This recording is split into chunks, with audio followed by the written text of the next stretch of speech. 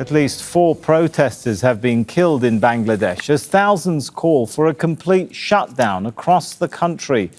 Violence has broken out between police and students in several locations in Dhaka and on the outskirts of the capital. Hundreds of people have been injured in the past week. Students are demanding an end to quotas for government jobs. Tanvir Chowdhury joins us live from Dhaka with more. So to what extent have the student protesters been able to impose this shutdown?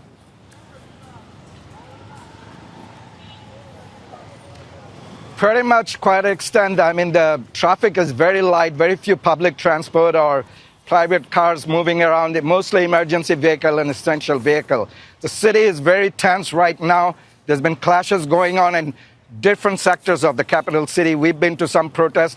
Just about quarter mile from where I'm sitting, we can hear gunshots, stun and sound grenades. There's at least 6 private universities, and the students were out in the streets since morning, and they're still clashing with police there. There were helicopters, even trying to land police helicopters, troops inside the building to disperse the students. Situation is also bad in other parts of the country. We have reports from Chittagong, which is the second largest post city. There's reports of clashes there and even in other parts of the country.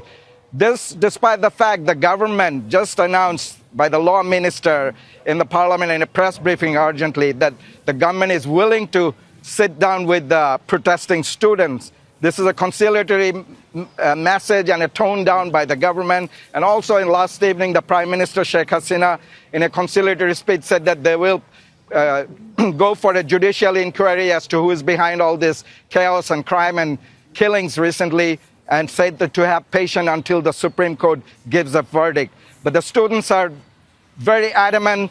They want this quota to be abolished, and they said it's not just the quota anymore, it's the fact that so many people were injured and numbers of students were killed. We want those responsible for those to become brought to justice. Until and unless, we'll still keep protesting. So the situation is quite critical still, and the student appears to be still going on protesting.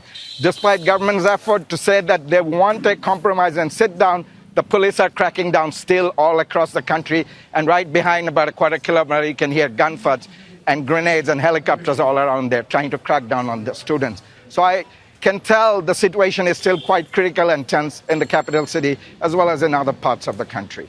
And no doubt we'll come back to you later, Tanvir, for an update on that critical situation. Reaz Ahmad is executive editor at Dhaka Tribune. He joins us from the capital. It sounds like quite a dramatic and, as our correspondent said, critical situation. How much of a threat are these protests becoming to the government? Yeah. I was listening to him that your correspondent telling from the Dhaka. Actually, life in Dhaka and most part of Bangladesh has come to a standstill, apparently. And the violence flared up at various places. And in most of the cases, the students are at the recipient end of this violence. At places, there are law enforcers, and also at several places, allegations of ruling party student front also attacking them. So that's kind of a situation where, so far, we also came to know that 4 people have been killed and 6 more killed, as you know, day before yesterday. So the situation is really volatile, but government has, as your correspondent was also telling, that just barely an hour ago, they offered that government is ready to talk to the protesting students. The government says it's ready to talk to students, but to what extent is the issue up to the government now? Because my understanding is this has gone to the Supreme Court and it was moved by relatives of veterans of the War of Independence who were not happy with an earlier government decision to scrap the quota system. So is the position of the government here really, one, A, that it wants to keep the quotas in place, and B, even if it wants to, does it really have much say if it's up to a Supreme Court ruling now? I got your point. It's really tricky. This situation is really tricky. But remember, just briefly, in 2018, when there was a protest for months this group of students were on the streets and the campuses, and they have been asking for, all along, they have been asking for quota reform, not abolishment. At that point of time, there was a quota, 56% of quota in the government job for various groups, and only 44% on the basis of merit. But So could they the have been government have done agitating. anything at And that point while the case was bouncing around between the at High that, Court and yeah, Supreme Court? at that point, what government did ultimately, that they abolished the whole quota system. They made it 0%, which they never asked for. Actually, now afterwards, after 3 years from then, two persons went to the court asking for reinstating those quota. So the High Court came up just recently came up with a decision which essentially facilitate the reinstatement of those quota system, which these students are now agitating again. And government is saying that we have appealed. I mean, government itself is a party here and appealing to the court, asking that they want to go back to the 2018 their decision of no quota.